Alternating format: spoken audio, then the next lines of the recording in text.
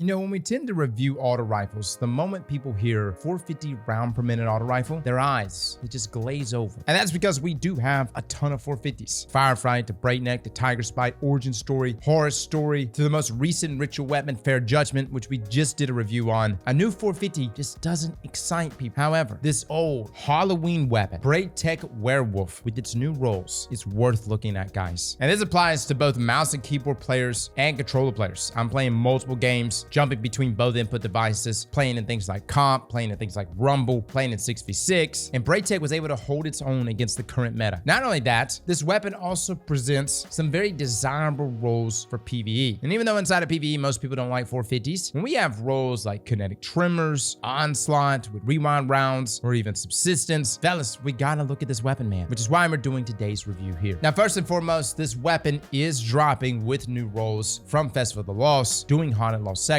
and you can of course focus this weapon with Grandma Eva right there at the tower. And yes, it does cost an Ingram and 1,000 candy. Bungie also finally fixed it where the icon for Braytech is showing instead of Horror Story. Funny enough, it was actually dropping though before then. It just had the icon of Horror Story, but it would be Braytech every single time. Now, when we talk about 450s, understand we're talking about an archetype that doesn't really break bank. And that's for both PvP and for PvE. For my PvE players, you're not gonna see a weapon here that's gonna just kill it in terms of DPS. Precision auto rifles sit around 15,526 DPS. High impacts are around 15,159 DPS, which is lower than adaptives, that being 600s, which sit at a DPS of 15,980. With rapid fires taking the top slot at 16,605 DPS. Keep in mind, this is base DPS, which takes us to the perks on this weapon. Now, if you'll notice in that third and fourth column, there are a ton of options. Let's start with that third column though. For my PvE players, you've got Overflow, although I don't think it's as strong as a perk as it once was. Pugilist is present here, where final blows as a weapon generate melee energy and dealing melee damage briefly improves the weapon's handling. Really good for neutral game builds. But the perk that I especially like for PvE is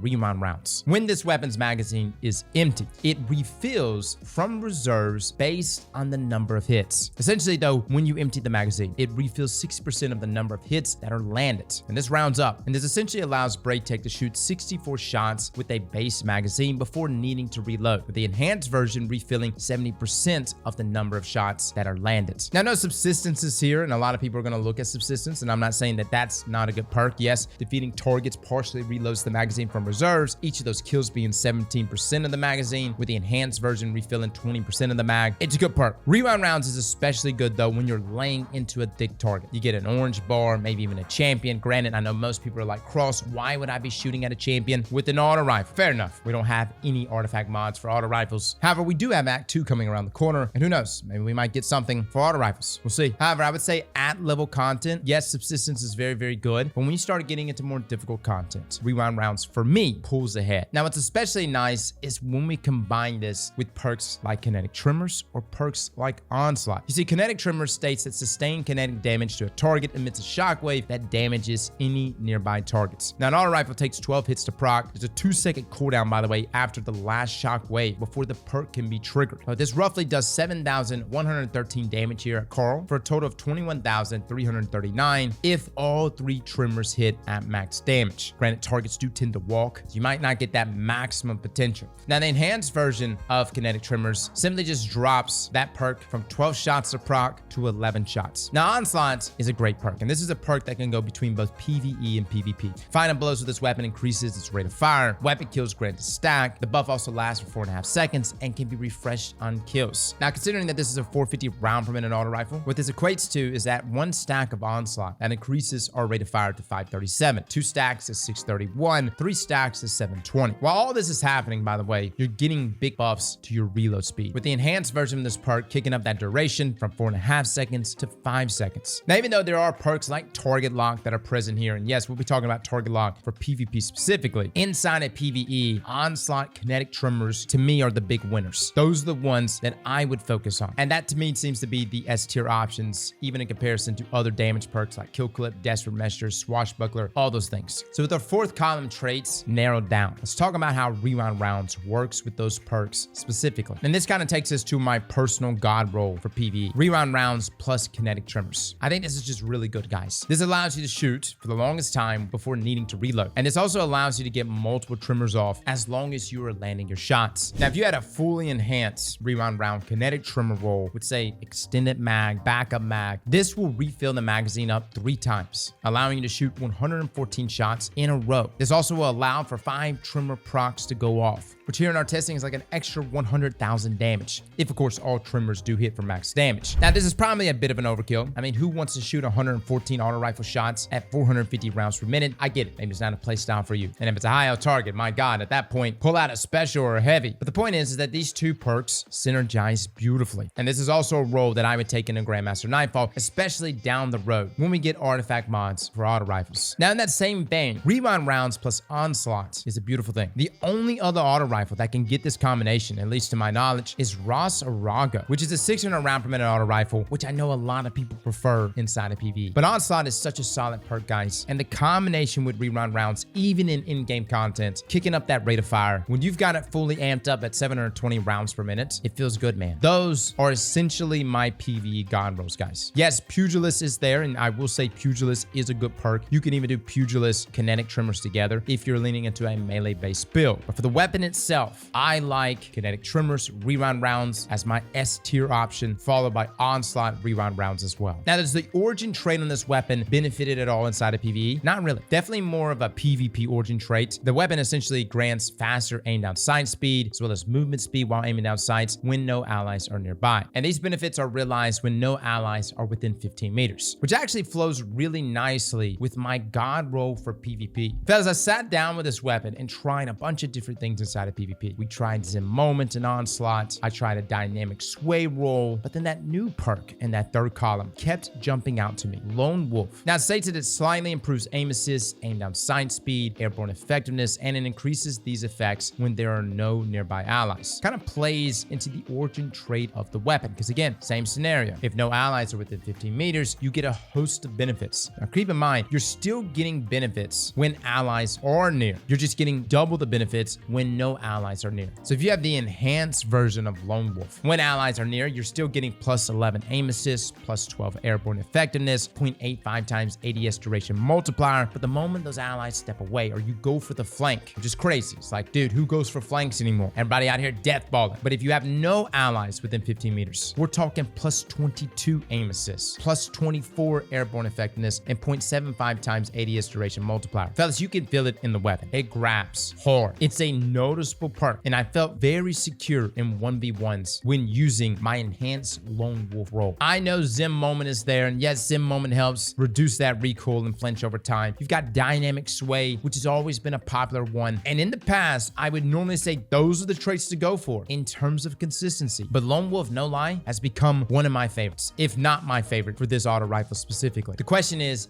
what should we pair with it? Now, something that really stands out about Braytech is that its stats are just so good. Like across the board, it just has really solid stats, especially in its range. If you have like a hammer forged rifle roll with ricochet rounds and a ranged masterwork, fellas, you're reaching 36 meters, which is incredible for an auto rifle. I felt very confident in my mid-range duels because of that range. And even if you don't have the perfect range roll, the fact that you're already sitting at damn near 31 meters, almost 32 right out the gate, is impressive all on its own. Now, base time to kill wise, just like all other 450s, we're talking 0.8 seconds. And that's pretty good, guys. Keep in mind, this is following the buff that came in Revenant. 7 crits, 0.8 seconds on max resilience guardians to tier 7. Then from tier 6 and below, 6 crits and 1 body. Bungie giving a slight love here to 450s, making them somewhat competitive. And I was actually competing against pulse rifles and hand cannons. What it really comes down to is the map and the playstyle. If you got a map that pulls people out into the lanes, Braytech is going to do well for you. If you got a map though that has a ton of peak coverage, that's where the weapon hurts. And that's where weapons like hand cannons really thrive in. The ability to dip in and out of cover, land the shots, and you're good. Now, I know a lot of people are going to say, Cross, the obvious perk to pair with Lone Wolf is kill clip. Yes, kill clip does drop our time to kill down to 0.67 seconds. That's nice. Keep in mind though, and I talked about this on stream, good players know what you're using. And again, I'm speaking from the perspective of like the comp playlist and the trials playlist. Granted, in 6v6, it doesn't really matter. Hell, you're either getting mercied or you're mercying the other team. That's literally how matchmaking's been for some reason for the past 2-3 weeks. Kill clip, in my opinion, is a great perk for 6v6. However, in 3v3 modes, I know so many people that literally will count to 5 as soon as they see you get a kill with kill clip. They will literally wait your perk out. Again, that's what good players do, and I know you're not always going up against good players, but a lot of people will literally just sit by and cover, wait the 4.5 to 5 seconds for your perk to run out, out before challenging you, which means in 1v1 environments, kill clip is kind of useless. Makes for great clips though, no pun intended. Onslaught, kind of the same scenario, but no reload to activate. You push in, you get the kill, you immediately push to the next target. That person may not have enough time to dip into cover and wait you out. And considering the TTK values here changed drastically from 0.67 seconds to 0.58 to 0.5 and something like 6v6, Onslaught is a beautiful thing to behold. Granted, depending on your lobby, 9 times out of 10, by the time you even get one stack, unless you have a means of healing yourself, you normally have to wait till you could push. And by the time you push, you've already lost that first stack. Rarely do I ever get 3 stacks inside of PvP with Onslaught. But the point is that 1 stack is plenty. 0.67 seconds is already tying with kill clip, and you can immediately push. And on top of that, the rate of fire increase is such a dopamine high. It feels so good to see this weapon amp up with Onslaught. Now, this also takes us to a perk that does help you just slightly in 1v1s, that being target lock. Now, when I say slightly, I mean slightly. We're talking no time to kill changes whatsoever. At max resilience, though, you're able to get the kill in 6 crits, 1 body. And then from tier 5 resilience and below, you're able to get the kill in 5 crits, 2 body. Again, where this differs between this and the base time to kill value is literally 1 shot. That being 1 shot going from a crit to a body. Is that enough to choose target lock? I don't know. Maybe. I have a lone wolf roll, which is the main reason why I'm using this lone wolf roll with target lock. And by the way, target lock doesn't change here with the enhanced version. Still the same level of forgiveness, still the same time to kill value. The damage does bump up just slightly. Instead of it being 10.46% at that first proc, it's now 12.55%, but it's just not enough. Now, despite it just being a 1-shot difference, I personally like it. I like weapons and perks that enable me to win 1v1s. I need all the help I can get, guys. Some sweaty fellas out here. If I got a perk that says, hey, listen, if your shot deviates just a little bit, yes, it goes from a crit to a body, or maybe your first shots are bodies and it opens up to crits, you've got that 1-shot difference, but that could be enough in securing that 0.8 second time to kill value. When we talk God Rolls, guys, it kind of just comes down to the scenarios for me. Am I playing more 6v6 with it? Am I going into 3s? I would say if you have a high range roll with Lone Wolf, whether it's target lock, onslaught, kill clip, and for my occasional crazy people that like to rock kinetic tremors in PvP, sure, whatever floats your boat. Now, I know I'm gonna have some people say, Cross, why not tap the trigger? And that is a perk combination that I have not gotten, surprisingly, considering Wakegate was a thing just last week. And those perks are actually close in proximity to each other. But I suppose if you wanted to, you could, and just completely opt for like the most consistent, most stable weapon ever. And normally I don't really like tap the trigger on a primary weapon because I just don't think it lasts long enough. But keep in mind, the base version of this perk lasts for 0.6 seconds. It grants 40 stability, 50% decreased recoil, and 10% decreased accuracy cone size. The enhanced version actually kicks that duration up to 0.76 seconds. Fellas, what this really means is that almost for the entire duration of a gunfight, tap the trigger will almost last for the entire duration of that optimal time to kill, if you, of course, reach that optimal TTK of 0.8 seconds. And it does grant you a ton of benefits. I personally just don't have this roll. It's evaded me, and it is a roll I want to try with Lone Wolf. A max range roll together, perhaps that's enough to push me in that direction. I'm utilizing target lock. I do like target lock for that extra shot of forgiveness, but if you got a perk like tap the trigger that says, hey, you're just gonna land everything all crits anyways, while also being guided by Lone Wolf, well, hell, that may be the way to go. What I will say here, fellas, is that Braytech is a wonderful auto rifle. People are gonna see precision frame and immediately check out, but it possesses some phenomenal rolls for both PvE and for PvP. And with the ability to enhance it and to also bump up those stats even further at level 20, this one is a must-have from this year's Festival of the Lost. Guys, let me know in the comments below what you think. Fellas and ladies, thank you all for coming and watching, and as always, slap that like button like your mama told you right.